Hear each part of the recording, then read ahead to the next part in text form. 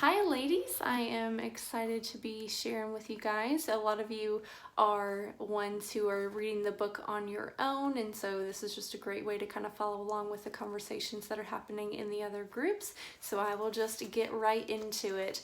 So we started in the intro and chapter 1 this week, and I really love the intro because it talks about legacy of why do we live the way that we do now, and what is it that we want to leave behind when we're not here anymore, and what are those things that are worth giving our time and energy and money to. And that's really, of course, you guys know the relationships that we have in bringing God's kingdom here on earth. And so it talks about some of the myths that we can get sidetracked to follow, such as comfort, generosity, money, earning as much as you can, pleasure, YOLO, and actually the performance myth of, the best way to make your life count is through personal accomplishments that others can see, is one that almost every single one of the people who were on the Monday night Zoom said is where they fall into that. And I totally understand that as well. That's the one that I most resonate with, and I think that our culture says that that's something that we need to do. Even in the church, it's always do, and even do another Bible study. And so I'm actually really thankful for those of you who said, hey, I cannot go to another meeting or even do another Zoom, but I will read the book and I will participate in that way. So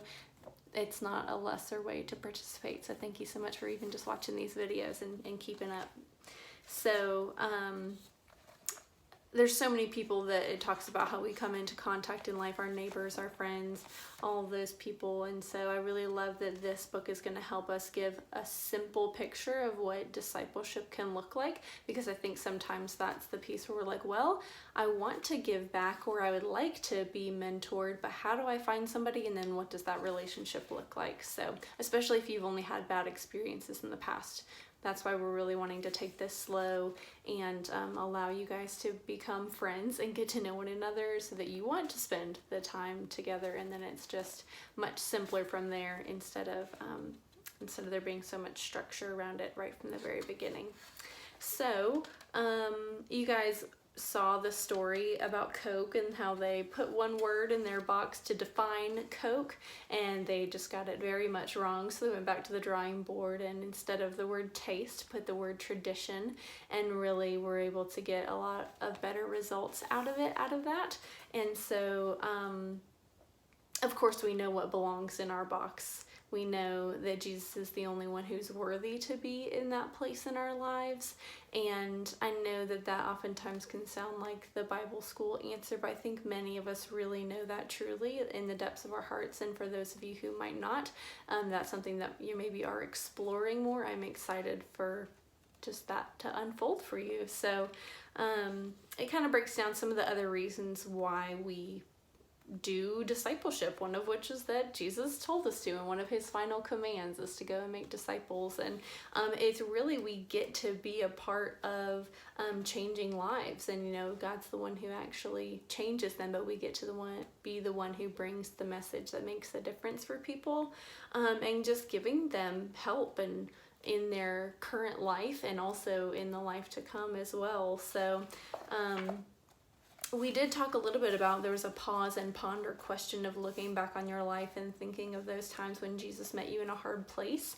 And so I do want you to think back on that, because a lot of us did take time to answer that question, and it was really good just to hear other people's answers. And so just think of that for yourself, of when it was a time that Jesus really met you. There were some miraculous things that happened for people, and sometimes it was just comfort and nothing actually changed in the situation, but he really met us in those moments. So of course, and it's just because we love others as well. It's the best way to love others is to share the freedom that we have in Christ.